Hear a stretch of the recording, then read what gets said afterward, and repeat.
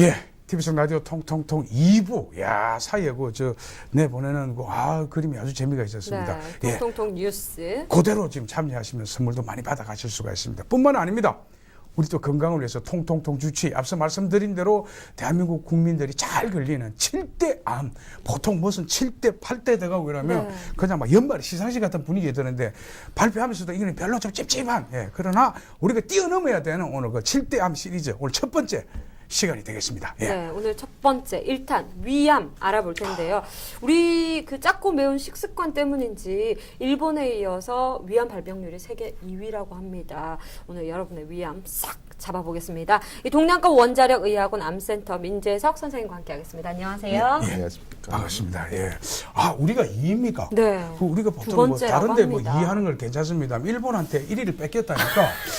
예, 기분 좋습니다. 위암증 이런 건 나쁜 거는 네, 우리가 맞아요. 순위가 많이 떨어져도 순위가 괜찮지 밖으로 않을까 좀 싶은데 밀려났으면 좋겠는데. 그래도 우리 국민들이 많이 걸리는 게 바로 위암입니다. 네. 뭐 특별한 이유가 있습니까, 선생님?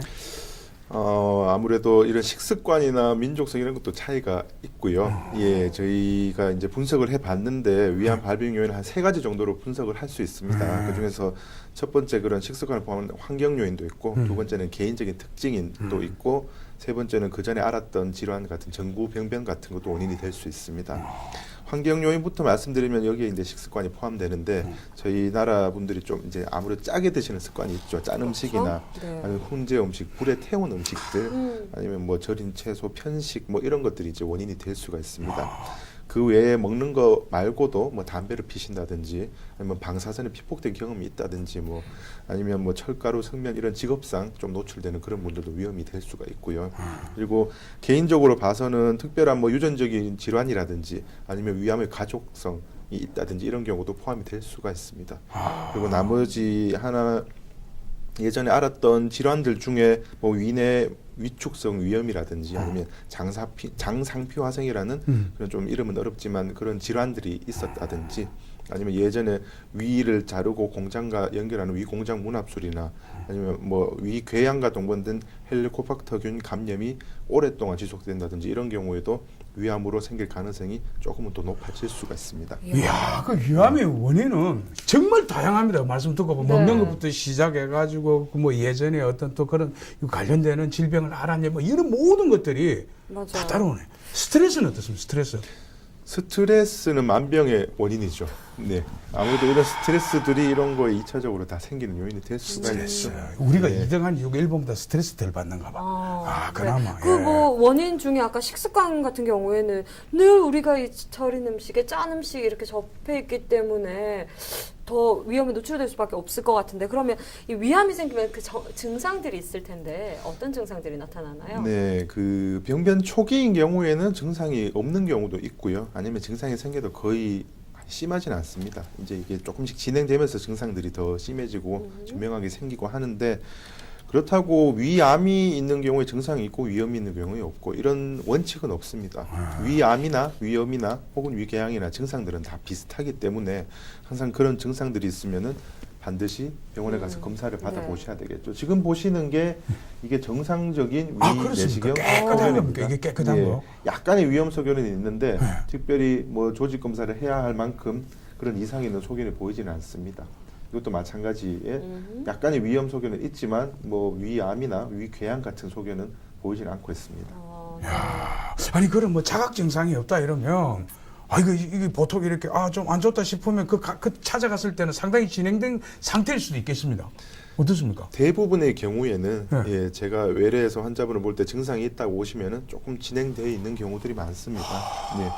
그래서 저희가 이제 정기적으로 내시경을 검사를 받기를 권해드리는 거고 특히 이렇게 증상이 있으신 분들은 최대한 빨리 위내시경 검사를 받으시고 저렇게 내시경 검사상에 의심되는 병변이 있으면은 반드시 조직 검사를 해서 확진을 받으셔야 됩니다.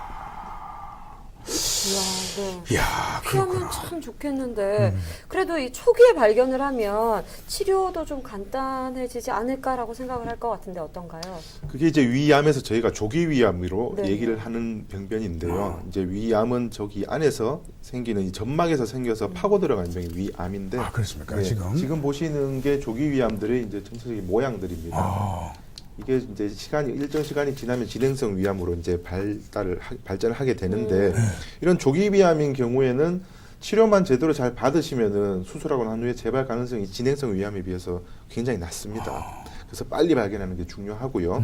내시경으로 절제가 가능한 경우에는 내시경으로도 제거만으로도 충분히 치료가 가능합니다. 내시경 검사를 또 하면서도 발견이 되면 바로 뭐 당일날 바로는 안 돼도 내시경 절제술만으로 전신 마취를 할 필요가 없는 거죠.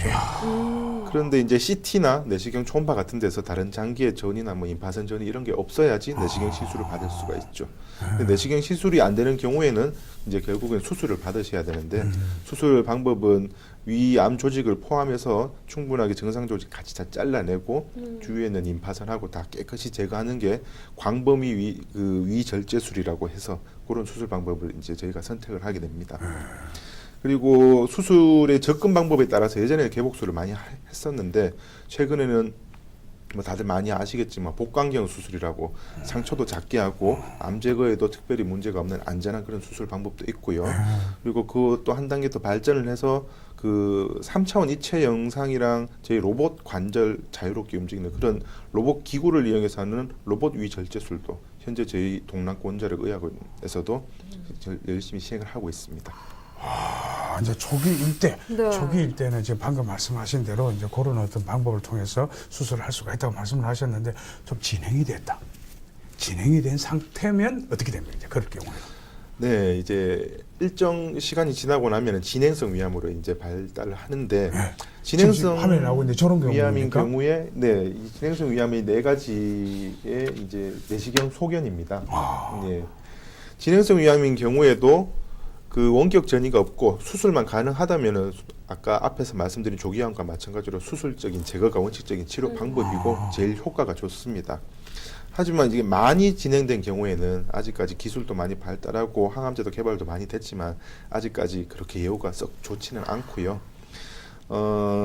만약에 이런 진행성 위암들이 주위 장기 쪽에 뭐 침범이 됐다든지 이런 경우에는 주위 장기까지 동반으로 같이 떼내는 확대 위절제술을 하셔야 되는데 이제 그런 경우는 수술이 커지니까 환자분들이 그런 큰 수술을 견디실 수 있을지 환자분의 컨디션, 전신 상태, 나이 이런 거를 고려해서 선택을 해야 됩니다.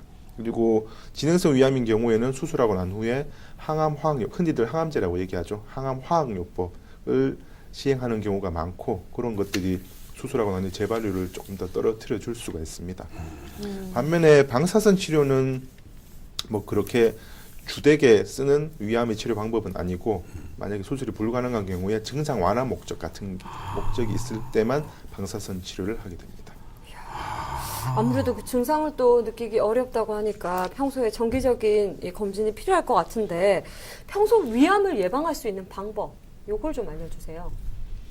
네, 먼저 식습관부터 말씀을 드리면은 우리나라 사람들 식습관을 보면은 음식 재료 자체는 뭐 자연 농수산물 이런 것들 자체는 큰 문제는 아닙니다. 다만 이제 조리 방법에서 문제가 될 수가 있는데 대부분 이제 짜게 먹는 거죠. 장아찌, 젓갈, 찌개 이런 것들이 이제 위 점막에 자극이 잘 되니까 그 다음에 뭐 햄이나 훈제 요리 아니면은 뭐 불에 태운 고기 뭐 이런 것들이 이제 위에 자극이 되면서 위암이 더 발생할 수 있다고 하고요. 뭐 영양소 섭취 이런 것도 균형 맞게 다 해야 되고 특히 담배 피시는 분들은 안 피시는 분들에 비해서 이제 위험성이 한 3배 정도 높습니다. 그래서 이런 예방을 하기 위해서는 이런 위험 인자들을 당연히 피해야 되고 담배 피시는 분들은 하루도 빨리 담배 끊으셔야 되겠죠. 네. 근데 이렇게 식습관 조절을 잘 하고 위험한 음식 피하고 담배를 끊더라도 위암 자체를 100% 완벽하게 예방할 수는 없습니다.